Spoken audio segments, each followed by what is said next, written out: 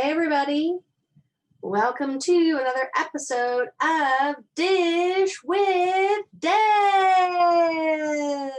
Hey everybody, 2020, we're still at it. You're still here.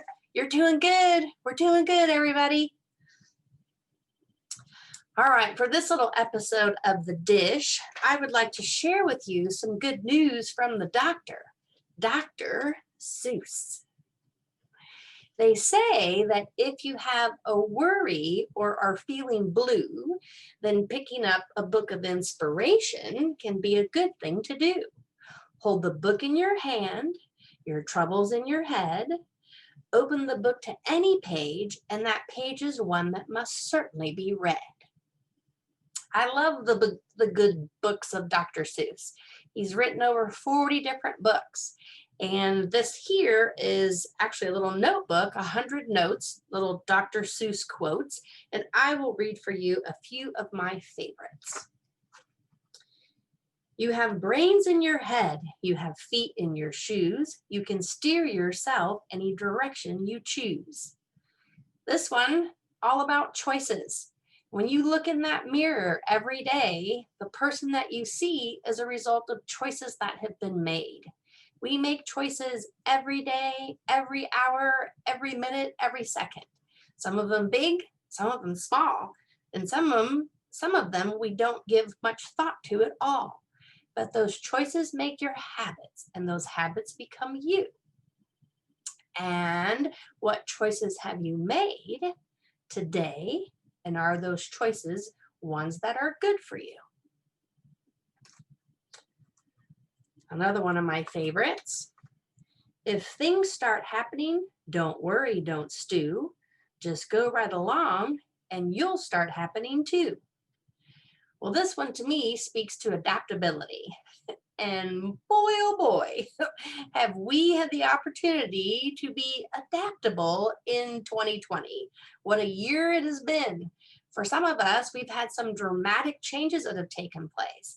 And adaptability is actually a personality trait that helps us deal with change.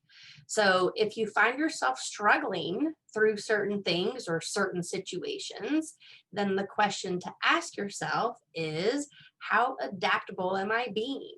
What can I do differently that can make this a little bit easier for me?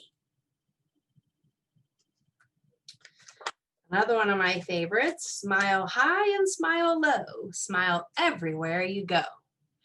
Now, if you've taken a bonfire training class, then you know that smile is something that we talk about a lot. A smile is a great way to change your mental state. It's a great way to change your attitude. It's also a choice that you make, whether you smile or frown. That's a choice. Smiling is a great way to I kind of call it the human version of Control-Alt-Delete. It's a great way to readjust yourself.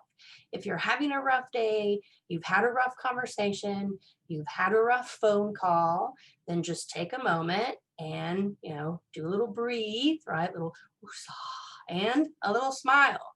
You'll sound different. You look different. A smile is one of those things that's contagious, and it's a contagion that we want to pass around right now. It's actually a good contagion. When you smile, when you put out that positive energy, well, then it's that theory of reciprocity. What you put out, you will get back. So be sure to smile regularly.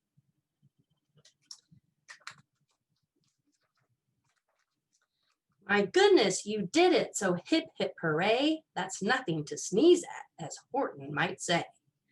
Okay, so this one talks about appreciating accomplishments, celebrating the things that you do well. Some days, just rolling out of bed, brushing your teeth, taking a shower, fixing breakfast can be an accomplishment.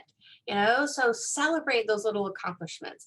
A lot of things have been thrown at us in 2020, and you have done a lot of great things, done some things that you didn't even think would have been possible to do.